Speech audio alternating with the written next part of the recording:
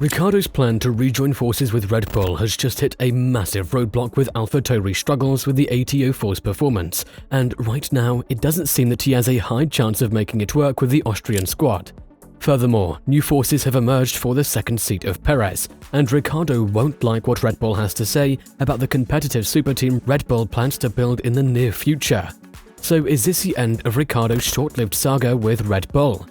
Instead of making his comeback in the high-performing RB19 car that he excelled with during the recent Silverstone tyre test, Daniel Ricciardo will now face a challenging situation. He will be racing with a car from Alpha Tauri, a team currently at the bottom of the constructors' standings.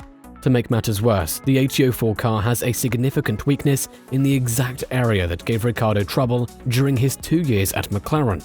Ricciardo is renowned for his preference for cars that excel in braking and entering corners smoothly.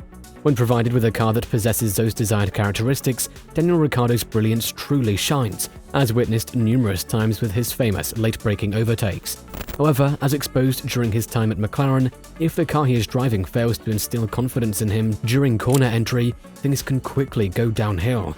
During a conversation on F1's Beyond the Grid podcast last year, Ricciardo explained the significance of corner entry, stating, "It all begins there. If you struggle with a corner's exit, it's usually a result of what occurred during the corner, putting you in a challenging position for the exit.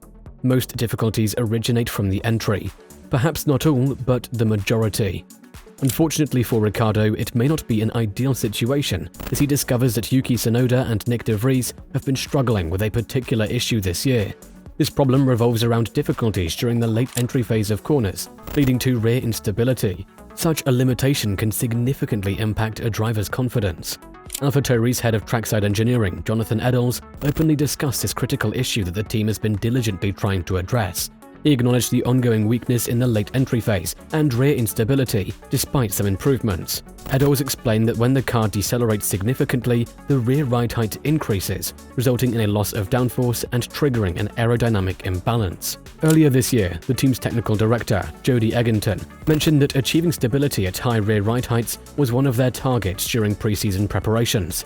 Unfortunately, they were unable to fully achieve this goal, as the current instability stems from the drop-off in load at these ride heights. To address the weakness in the late entry phase and improve stability, AlphaTauri aims to enhance the rear load during this part of the corner. By increasing rear load, they can achieve better results. However, this improvement in one area may have consequences for other aspects of the car's performance. For instance, attempting to adjust aero balance for high-speed corners, which adds more load, may be limited by the existing weakness in low-speed entry. Finding the right balance is challenging due to the nature of the current ground effect cars, as compromises need to be made to accommodate different corner speeds. Eddles explains that weaknesses in one area can impact performance across the entire lap. They strive to strike a compromise that optimizes overall lap time, but it's a trade-off they evaluate each week. AlphaTauri introduced updates during the British GP to improve the identified issue, although Tsunoda's feedback was not overwhelmingly positive. Nonetheless, the team continues their work, acknowledging that it'll take time for the new developments to show their full effect on the car's performance. The speed at which AlphaTauri can overcome this challenge could significantly influence Ricciardo's performance for the remainder of the season. Fortunately, Ricciardo, having experienced difficulties with corner entry during his time at McLaren, is likely better equipped to contribute valuable insights and aid in resolving the issue this time around. Ted Kravitz, a Sky Sports pit lane reporter, has raised doubts about Daniel Ricciardo's decision to join Alpha Tauri. Despite basing their judgment on the successful Red Bull RB19 car, Kravitz highlights the crucial point that Ricciardo won't be driving that car. Instead, he will be piloting one of the slower cars on the grid, if not the slowest, the Alpha Tauri. During the recent Silverstone upgrades, the Alpha Tauri team finished further down the order compared to their non-upgraded car's usual performance. Ricciardo has been loaned from Red Bull's reserve team following the removal of Nick de Vries, who failed to score any points in his first 10 races with the team. Ricciardo's previous season with McLaren ended in disaster, which could be seen as a risk for his new venture. However, after watching Ricciardo spend time on the simulator, Horner stated that Ricciardo had regained his mojo. This was put to the test during a Pirelli tyre test at Silverstone, where Ricciardo impressed Red Bull with his performance in the RB19. As a result, Red Bull promptly announced his move to Alpha Tauri. Ted Kravitz raises valid concerns about Daniel Ricciardo's decision to join Alpha Tauri, as the team's car is not performing well. While it was necessary to replace Nick de Vries, the surprise lies in why Ricciardo would choose to drive a car that is potentially worse than the McLaren he left last year. Kravitz finds it peculiar that Ricciardo referred to being back with the Red Bull family without specifically mentioning AlphaTauri. This suggests that Ricciardo may not be enthusiastic about driving for a team with a slower car.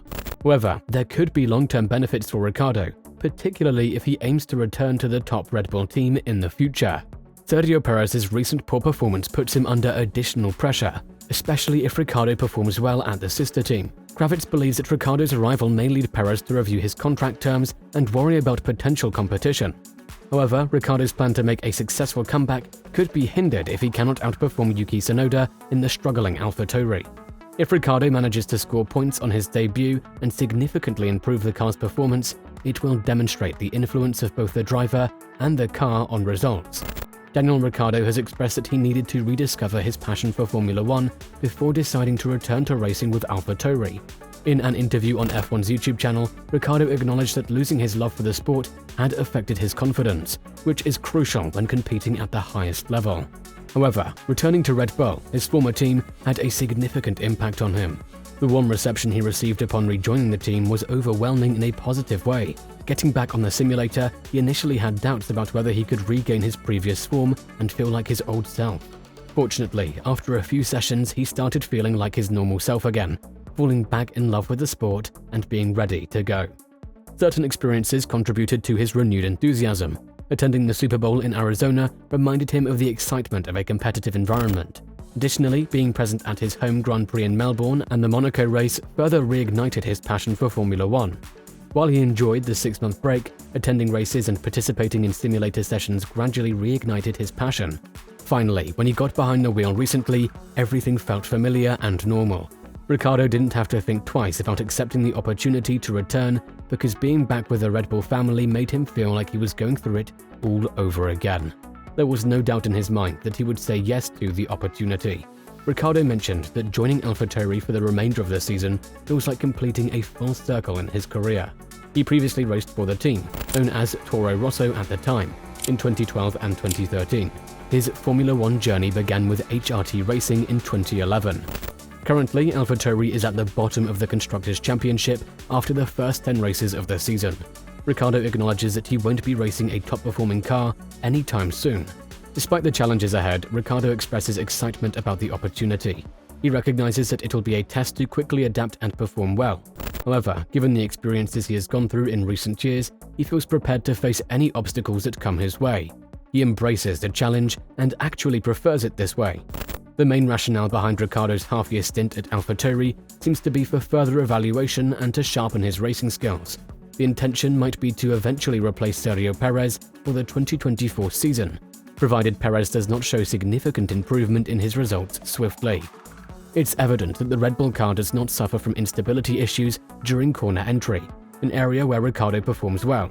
However, if the AlphaTauri car does have a similar flaw, which was a primary reason for his poor performance at McLaren, it could potentially jeopardize his last chance of securing a spot on the grid. Furthermore, it may inadvertently make Yuki Tsunoda appear exceptional in comparison. What are your thoughts on this? Let us know in the comments below.